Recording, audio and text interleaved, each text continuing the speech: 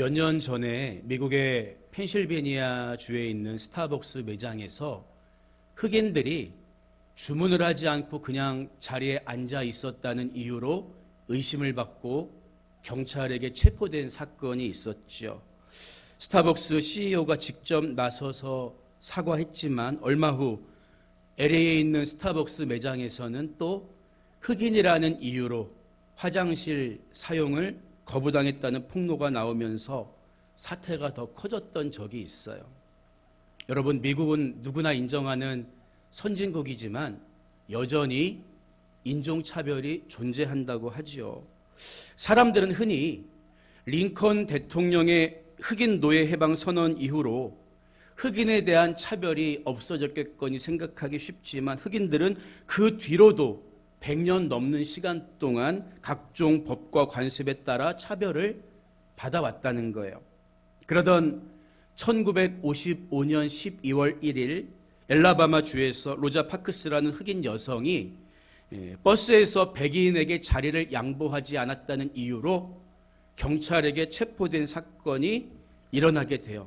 그때부터 흑인 인권 운동이 본격적으로 발발하게 됩니다. 이때 흑인 인권을 이끌었던 2명의 걸출한 지도자가 있었는데요.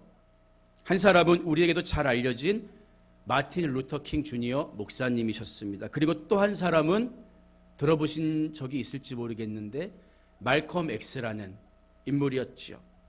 두 분 다 흑인 출신으로 흑인 인권 운동가라는 점과 그리고 두 분 다 암살로 목숨을 잃었다는 점에서 매우 비슷합니다. 그런데요, 두 사람의 목적은 모두 공히 흑인 해방이었지만 그것을 이뤄가는 방법은 완전히 달랐던 거예요. 마틴 루터 킹 주니어 목사님은 인간의 보편적인 가치와 인내를 가지고 세계와 인류의 양심에 평화적으로 호소합니다. 이런 비폭력 저항 운동으로 인해서 백인들까지도 그 대열에 합류해서 폭넓게 그 운동을 지지하죠. 이에 반해서 말컴 X는 대단히 배타적이고 백인과 정부의 폭력에 똑같이 테러와 폭력에 맞서는 방법으로 나아가죠. 그 결과 젊은 흑인 청년들에게는 굉장히 지지를 받았지만 백인은 물론 폭넓은 흑인들에게조차 공감을 받기 어려웠다고 해요. 이처럼 두 사람의 목적은 똑같았지만 방법은 전혀 달랐던 거지요. 사람들은 흔히 성경을 읽기 위해서 촛불을 훔쳐도 되는가? 이런 질문을 던지는데요. 여러분, 이것은 우리 그리스도인들에게는 좋은 질문이라고 할 수 없어요. 왜냐하면 남의 것을 훔치는 것이 하나님의 우리에게 주신 말씀에 어긋난다는 것을 우리는 이미 알고 있기 때문입니다. 이런 질문은 목적이 수단을 정당화시키는 경우에만 고민될 수가 있겠죠. 하지만 예수님은 우리에게 목적이 선하면 방법도 선해야 한다는 것을 분명히 가르쳐 주신 거예요. 하나님 나라의 확장을 위해서 그리스도인다운 방법으로 품격을 지키며 살아가는 여러분 모두가 되시기를 주님의 이름으로 부탁드립니다. 목적이 선하면 방법도 선해야 한다는 거지요. 예수님이 겟세마네 동산에서 인류 구원을 위한 십자가를 지기 위해서 3번 똑같은 기도를 하고 계시는데 제자들은 육신의 피로함을 이기지 못하고 잠을 자고 있었습니다. 그때 예수님이 제자들에게 시험에 들지 않게 깨어 기도하라 이렇게 말씀하세요. 다시 말하면 시험은 언제 찾아온다는 거예요? 우리가 기도해야 하는 그 순간에 기도하지 못한다면 시험당할 수밖에 없는 거예요. 기도에 실패한 제자들에게 찾아온 첫 번째 시험이 뭘까요? 오늘 본문에 나오지만 하나님이 기뻐하시지 않는 잘못된 방법을 선택하는 것입니다. 이게 기도에 실패한 제자들에게 찾아온 첫 번째 시험이었어요. 여러분, 우리가 하나님이 바라시는 하나님의 방법대로 살면 책임도 하나님이 져 주시지만 하나님의 방법을 버리고 내 방법대로 살면 책임 누가 져야 되는 거예요? 내가 져야 되는 거예요. 그래서 자기 방법대로 사는 인생은 망할 수밖에 없다는 거예요. 두 번째로 기도에 실패한 제자들에게 찾아온 시험이 뭡니까? 영적 무기력감에 빠지더라는 거예요. 그래서 예수님을 버리고 다 달아나 버리게 됩니다. 이처럼 기도는 영적인 호흡이기 때문에 하나님과 교제하지 못한다면 하나님의 뜻, 하나님의 방법을 알 수 없을 뿐만 아니라 두려움과 걱정에 매몰될 수밖에 없다는 거예요. 우리는 절대로 예수님과 다른 방법을 택해서도 안 되고 무기력하게 삶의 무게에 떠밀려서 뒷걸음질 쳐서도 안 되는 것입니다. 우리가 부활의 영광에 동참하려면 주님이 걸어가신 길, 주님의 방법을 따라가야 한다는 거예요. 오늘 우리가 읽은 본문은 그것을 정확하게 우리에게 보여주는 사건이라고 말할 수가 있는 거예요. 먼저 46절을 보면요, 겟세마네 동산에서 기도를 다 마치신 예수님이 제자들에게 일어나라, 함께 가자, 보라, 나를 파는 자가 가까이 왔느니라, 이렇게 말씀하십니다. 때가 이르렀다는 거예요. 그리고 이어지는 47절을 보면요, 말씀하실 때에 12 중에 하나인 유다가 왔는데 대제사장들과 백성의 장로들에게서 파송된 큰 무리가 칼과 몽치를 가지고 그와 함께 하였더라, 이렇게 이야기하고 있어요. 우리가 아는 것처럼 가룟 유다는 예수님을 은 30에 팔아 넘겼는데 이것은 당시 흔히 노예를 매매하는 가격이었다고 합니다. 가룟 유다는 예수님을 팔아 넘기려고 사람들을 대동하고 겟세마네 동산으로 찾아온 거예요. 그런데 유다와 함께 예수님을 잡으려고 온 사람들은 어떤 사람들이었다고 해요? 마가와 누가 역시 대제사장들과 서기관들과 장로들에게서 파송된 무리, 이렇게 기록하고 있어요. 예수님을 잡으려고 주도적으로 온 사람들은 종교 지도자들이 보낸 사람들이었다는 것을 공관복음서에서는 동일하게 기록하고 있는 거죠. 그런데 특이하게도 요한복음을 보면요, 일부 로마 군대와 천부장도 함께 있었다고 밝혀주고 있습니다. 따라서 복음서의 내용을 종합해 보면요, 죄가 없으신 예수님이 십자가를 지시게 된 표면적인 이유가 뭐예요? 세상의 종교적 세력을 대표하는 지도자들의 계략 때문이기도 했지만 세상의 정치적 세력을 대표하는 로마 군대의 개입도 있었다는 것입니다. 여러분, 지금도 마찬가지예요. 교회와 그리스도인들을 핍박하는 주체는 이슬람 무장 세력 같은 급진주의자들, 이 타 종교인들일 수도 있지만 세상의 문화, 세상의 권력, 세상의 정치도 얼마든지 교회와 그리스도인들을 핍박하는 주체가 될 수 있다는 거예요. 예수님 때도 그랬다는 거죠. 그래서 예수님은 제자들에게 요한복음 15장 18절 이하의 말씀을 보면요, 세상이 너희를 미워하면 너희보다 먼저 나를 미워한 줄을 알라. 너희가 세상에 속하였으면 세상이 자기의 것을 사랑할 것이나 너희는 세상에 속한 자가 아니요 도리어 내가 세상에서 너희를 택하였기 때문에 세상이 너희를 미워하느니라. 미리 경고해 주신 거예요.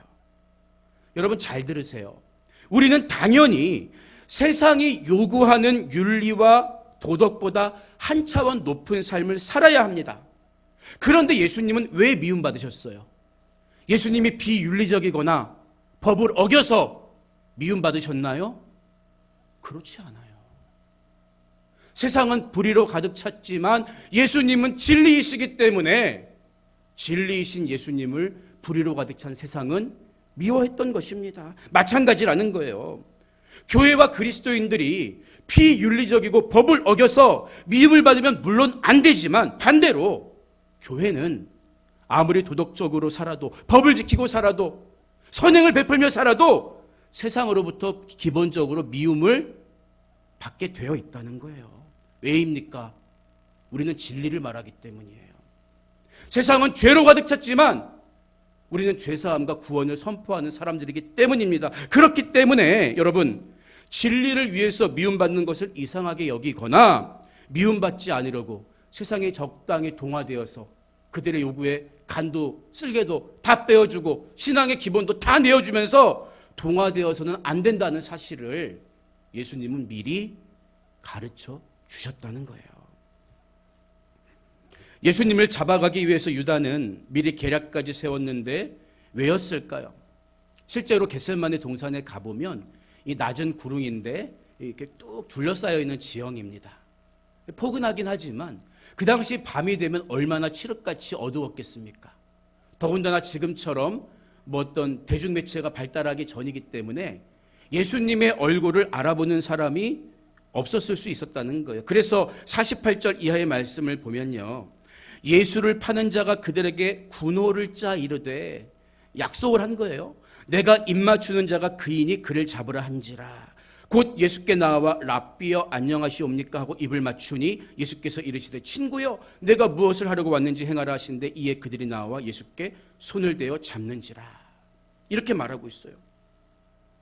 당시 제자가 스승을 존경하는 표식을 할 때 입을 맞추는 행위가 있었다고 해요. 그런데 본문을 보면요, 유다는 잔인하게도 스승에 대한 사랑과 존경을 표시하는 행위를 스승을 팔아 넘기는 신호로 짜 맞추온 거예요. 그래서인지 앞에서는 유다의 이름을 밝혔던 마태가 48절 전반부를 보면은 아예 예수를 파는 자라고 이야기하죠. 이름을 거론할 가치도 없는 거예요. 가론 유다를 보면 한때는 예수님의 제자였고 똑똑한 사람이었어요. 회개의 업무를 관장할 정도로. 그런데 성경은 그를 마지막에 예수를 파는 자라고 기록하고 있다는 거죠. 우리는 하나님 앞에 마지막에 어떤 이름으로 기억될까요? 지금 나에게는 주신 직분이 있습니다. 그런데 우리의 마지막이 하나님 앞에 어떤 사람으로 남게 되는가는 우리의 지금의 삶이 하나님 앞에 어떠한가에 달려있다는 것을 본문은 보여주는 대목이에요. 은혜를 쏟아버린 자가 아니라 은혜의 분량대로 살아간 자, 누구보다 예수님을 사랑한 자로 기억되는 여러분 모두가 되시기를 주님의 이름으로 축복합니다. 그런데 눈앞에서 예수님이 잡혀가는 것을 보게 된 제자들 눈에 불똥이 튀어요. 이 녀석들이 감히. 그래서 51절을 보면요, 예수와 함께 있던 자 중에 하나가 손을 펴 칼을 빼어 대제사장의 종을 쳐 그 귀를 떨어뜨리니, 이렇게 기록되어 있어요. 오늘 읽은 마태복음 본문을 비롯해서 마가나 누가복음, 이 공관복음에는 칼을 써서 종의 귀를 떨어뜨린 사람의 이름이 생략되어 있는데, 가장 마지막에 복음서를 기록한 요한복음을 보면요, 이에 시몬 베드로가 칼을 가졌는데 그것을 빼어 대제사장의 종을 쳐서 오른편 귀를 베어버리니 그 종의 이름은 말고였다. 정확하게 기록하고 있습니다. 여러분, 베드로가 왜 칼을 가지고 있었을까요? 누가복음을 보면요, 예수님께서 겟세마네 동산에 가시기 전에 이제는 전대 있는 자는 가질 것이요 배낭도 그리하고 검 없는 자는 겉옷을 팔아 살지어다. 겉옷을 팔아서라도 검을 사. 이렇게 말씀하시는 장면이 기록되어 있어요. 이상하잖아요.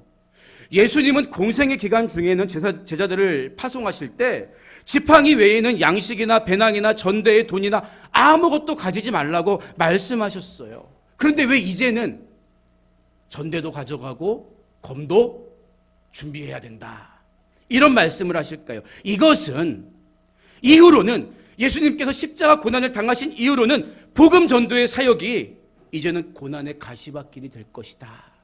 너희는 마음으로 단단히 준비해야 한다. 이런 의도가 있는 강조의 말씀이라는 거예요.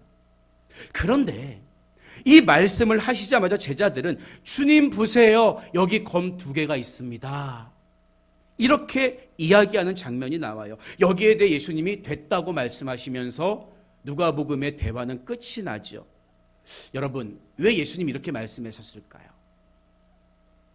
바리새인들의 누룩을 주의하라고 하신 말씀을 실제 바리새인들이 주는 교훈이 아니라 떡으로 오해했던 제자들은 검을 가지라는 말씀의 의미 또한 오해했던 거예요. 그래서 예수님은 그냥 말씀을 됐다 하고 마치신 거죠. 이때 제자들에게 있던 2자루의 검 중에 하나를 베드로가 가지고 있었고 하나는 다른 제자에게 있었는데, 그래서 스승이 잡혀가시려는 찰나 베드로가 칼을 빼들어서 말고의 오른쪽 귀를 내리쳤다는 거예요. 여러분, 하지만 상식적으로 한번 생각해 보세요. 제자들에게 지금 칼이 몇 자루 있습니까? 2자루 있어요. 그 중에서 혈기 잘 부리는 베드로만 그걸 꺼냈고 한 자루는 아직 꺼내지도 않았어요. 그런데 상대방은 칼과 몽둥이로 무장한 다수의 사람들이고 심지어 로마 병사와 천부장까지도 그 자리에 함께 둘러싸여 있었습니다. 베드로가 칼을 휘두를 때 내가 이 칼로 저들을 다 물리칠 수 있다는 생각했을까요? 상식적으로? 그렇진 않았을 거라는 거예요. 그것보다는 베드로의 마음속에 믿는 구석은 뭐예요? 죽은 사람도 살리시고 귀신도 쫓아내시고 병자도 고치시는 예수님의 엄청난 능력을 믿고 있었기 때문에 나는 그 예수님 편에 서 있기만 하면 돼. 그 예수님의 능력을 신뢰하고 그 능력으로 이들을 물리칠 수 있다고 생각했던 거예요. 따라서 베드로의 행동은 나는 스승을 위해서 이런 것까지도 할 수 있습니다. 나는 스승님의 앞길을 가로막는 것도 물불 안 가리고 막을 것입니다.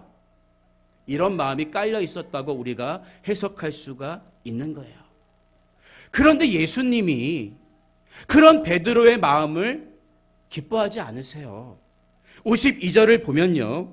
이에 예수께서 이르시되 내 칼을 도로 칼집에 꽂으라. 칼을 가지는 자는 다 칼로 망하느니라. 이렇게 말씀하십니다.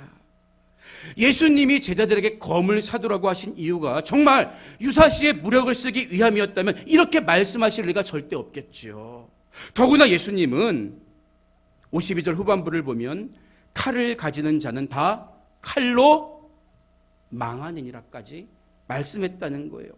예수님은 베드로의 방법이 잘못됐다는 것을 분명히 깨우쳐 주신 거예요. 아무리 베드로와 다른 제자들이 예수님을 실제적인 힘으로, 능력으로, 무력으로 이스라엘의 영광을 회복시켜줄 메시아로 바라고 원한다고 할지라도 그런 방법을 통해서 무력으로 칼을 가지고 세상을 구원하는 것은 하나님의 길, 하나님의 방법이 아니라는 것을 예수님 자신이 선언하신 것입니다. 여러분, 그렇다면 이때 예수님이 어떤 표정으로 베드로에게 말씀하셨을까요? 어릴 적에 본 영화에서는 예수님이 화가 나셔서 베드로를 나무라신 것처럼 묘사됐던 것 같아요. 이런 모자란 놈아, 멍청한 놈아. 그런데 저는 아무리 본문을 읽어도 예수님은 이때 베드로의 마음을 헤아려 주셨을 것 같아요. 왜냐하면 베드로는 네가 닭 울기 전에 3번 나를 모른다고 부인하리라 이 말씀을 들었잖아요. 얼마나 마음속에 부담이 있었겠습니까? 내 마음은 그렇지 않은데 나는 정말 최선을 다하고 싶은데 뭔가 보여드리고자 하는 마음과 열심이 얼마나 베드로에게 가득 차 있었겠냐는 거예요. 그래서 과감하게 다른 제자들은 가만히 있었지만 칼을 빼들어서 스승이 잡혀가는 것을 막아 나선 거죠. 죽는 자리까지 따라가겠다고 했던 베드로의 결심. 하지만 예수님을 향한 엇나갔던 사랑, 그걸 바라보시면서 예수님은 따뜻하게 말씀하지 않았을까요? 베드로야, 그러지 마. 네 마음은 알겠지만 너 그러다가 칼로 망해. 이제 그 칼 내려놔라. 그건 좋은 방법이 아니야. 우리들도 종종 그리스도인답게 살려고 하다가 실패할 때가 있어요. 용서하고 사랑할 수 없는 것들을 사랑해 보려고 하고 미운 사람을 품어 안으려고도 해보고 실패할 때가 있어요. 어쩌면 우리에게 베드로와 비슷한 마음이 있기 때문 아닐까요? 내가 이만큼 하면 나머지는 하나님이 뒤에서 당신의 능력으로 나머지를 알아서 해결해 주셔야 하는데 마치 겟세마네 동산에서 힘없이 끌려가신 예수님처럼 하나님은 종종 뒷짐지고 계신 것처럼 느껴질 때가 있잖아요. 그래서 하나님을 사랑한다는 마음으로 포장된 나의 열심과 나의 방법대로 동분서주하다가 낙심하기도 하는 거죠. 여러분, 그러나 하나님은 우리의 열심 자체를 몰라주시거나 그것 때문에 책망하시진 않아요. 그러나 힘으로 남을 굴복시키거나 두려움을 통해 의를 이뤄가는 것은 절대 예수님의 방법이 아니었다는 것을 오늘 본문이 말하고 있는 것입니다. 오히려 예수님은 스스로를 가리켜서 나는 마음이 온유하고 겸손하다고 선언하셨기 때문이에요. 여러분, 온유가 뭡니까? 제가 자주 말씀드리죠. 온유는 통제된 힘입니다. 통제된 힘. 내가 만약에 힘이 없어서 참는다면 그것은 무능이에요. 비굴입니다. 그러나 힘이 있는데도 불구하고 참는다면, 통제한다면 그게 바로 온유라는 거예요. 그래서 이어지는 53절 이하의 말씀을 보면 예수님이 베드로에게 뭐라고 말씀하십니까? 너는 내가 내 아버지께 구하여 지금 12군단 더 되는 천사를 보내시게 할 수 없는 줄로 아느냐? 능력이 있다는 거예요. 그러나 내가 만일 그렇게 하면 이런 일이 있으리라 한 성경이, 예언의 말씀이, 하나님의 방법이 어떻게 이루어지겠느냐? 이 말씀이에요. 베드로의 생각처럼 예수님은 능력이 있으셨습니다. 그러나 하나님의 목적을 이루기 위해서 하나님의 방법도 순종하신 거예요. 목적이 선하면 방법도 선해야 하는 이유가 여기 있습니다. 우리에게 목적 주신 하나님은 방법과 그 길까지도 우리에게 보여주셨기 때문이에요. 여러분, 그래서 선한 방법은 뭡니까? 쉽게 얘기하면 말씀이 내게 요구하는 대로 사는 거예요. 내 생각과 내 판단과 내 경험을 내려놓고. 그렇기 때문에 말씀대로 산다는 것이 때로는 멀리 돌아가는 것처럼 보이기도 하고 때로는 우리에게 고난을 요구할 때도 있다는 것을 우리가 깨달아야 하는 것입니다. 55절 이하를 보면요, 그때 예수께서 무리에게 말씀하시되 너희가 강도를 잡는 것 같이 칼과 몽치를 가지고 나를 잡으러 나왔느냐? 내가 날마다 성전에 앉아 가르쳤을 때 너희가 나를 잡지 아니하였도다. 그러나 이렇게 된 것은 다 선지자들의 글을 이루려 함이니라 하시더라. 이렇게 말씀하십니다. 예수님도 선지자를 통해 예언된 하나님의 말씀을 이루기 위해서 하나님의 방법에 순종하셨다는 거예요. 하지만 이 땅을 살아가는 사람들은요, 수단이나 방법에 대해서 자기 생각을 고집하려는 경향을 가지고 있어요. 특히 공산주의자들의 모토가 뭡니까? 목적은 수단을 정당화한다. 그들은 이렇게 실제로 주장하면서 목적을 위해서는 살인과 전쟁 같은 수단 방법을 가리지 않는다고요. 또 신천지 같은 이단 사이비 교파는 한국 교회 성도들을 끌어들일 때 아예 거짓말을 하라고 가르치기도 합니다. 그들은 거짓말이 하나님이 가르쳐 주시고 명령하신 전도 방법이라고 성경을 통째로 왜곡해요. 뿐만 아니라 자본주의 사회 속에서도 오로지 이익만을 추구하면서 뭐로 가도 서울만 가면 된다는 식으로 과정과 절차는 다 무시하고 결과만을 중요하게 여기는 사람들이 얼마나 많이 있습니까? 여러분, 그러나 하나님은 내 이웃에 대하여 거짓 증거하지 말라고 말씀하셨고 성자 하나님이신 예수님은 이 땅에 오셔서 형제에게 노하는 자마다 심판을 받게 되고 형제에 대하여 라가라 하는 자는 공회에 잡혀가게 되고 미련한 놈이라 하는 자는 지옥불에 들어가게 되리라. 분명하게 가르쳐 주신 거예요. 아무리 선한 목적이 있을지라도, 아무리 남이 나에게 악을 대할지라도 똑같이 악한 방법을 쓰거나 악한 말을 하지 말라고 성경은 일관되게 말하고 있다는 거예요. 목적이 선하면 방법도 선해야 하는 것이 하나님의 바람이며 예수님께서 걸어가신 길이기 때문입니다. 여러분, 그래서 우리는 스데반처럼 진리를 위해 살다가 복음을 영화롭기 위해 맞아야 하는 돌이 있다면 때로는 그냥 맞을 줄도 알아야 하는 거예요. 그래서 로마서 8장 17절은 뭐라고 위로해 줍니까? 자녀이면 또한 상속자 곧 하나님의 상속자요 그리스도와 함께한 상속자니 우리가 그와 함께 영광을 받기 위하여 고난도 함께 받아야 할 것이니라. 하나님의 방법 가운데에는 우리가 고난의 십자가를 지고 살아가야 하는 순간도 반드시 있다는 거예요. 그러나 장차 우리에게 나타날 영광은 좋게 비교할 수 없기 때문에 우리는 그 방법대로 살아가야 한다는 거죠.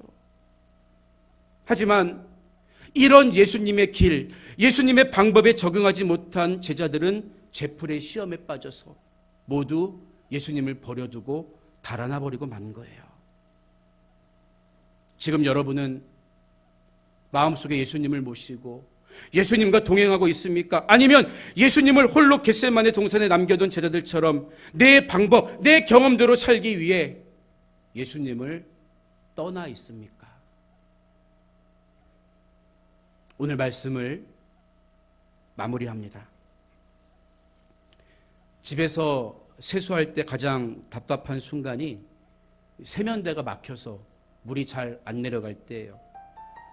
지난 금요일에 화장실 세면대가 또 꽉 막혔습니다. 이 뚫어뻥을 아무리 콸콸 쏟아 부어도 해결될 기미가 안 보여서 몽키 스패너를 가지고 배수관을 다 해체했죠. 한참 동안 이 머리카락과 오물을 제거하고 다시 관을 연결했더니 물은 잘 내려가는데 이번에는 관에서 물이 새어나오는 거예요. 덜 조여서 그런가 하고 그냥 힘을 줘서 꽉꽉 조였습니다. 이 관이 찌그러질 정도로. 그런데도 물이 새는 거예요. 약속 시간이 되어서 나갈 일이 있는데 1시간째 해결이 안 되니까 욕실에 쭈그리고 앉아 있는데 얼마나 막 화가 치밀어 올랐는지 몰라요. 그래서 안 되겠다, 나중에 마무리를 져야겠다 하고 나가려고 하다가 보니까 저쪽 욕실 구석에 조그마한 고무 패킹이 떨어져 있는 게 보입니다.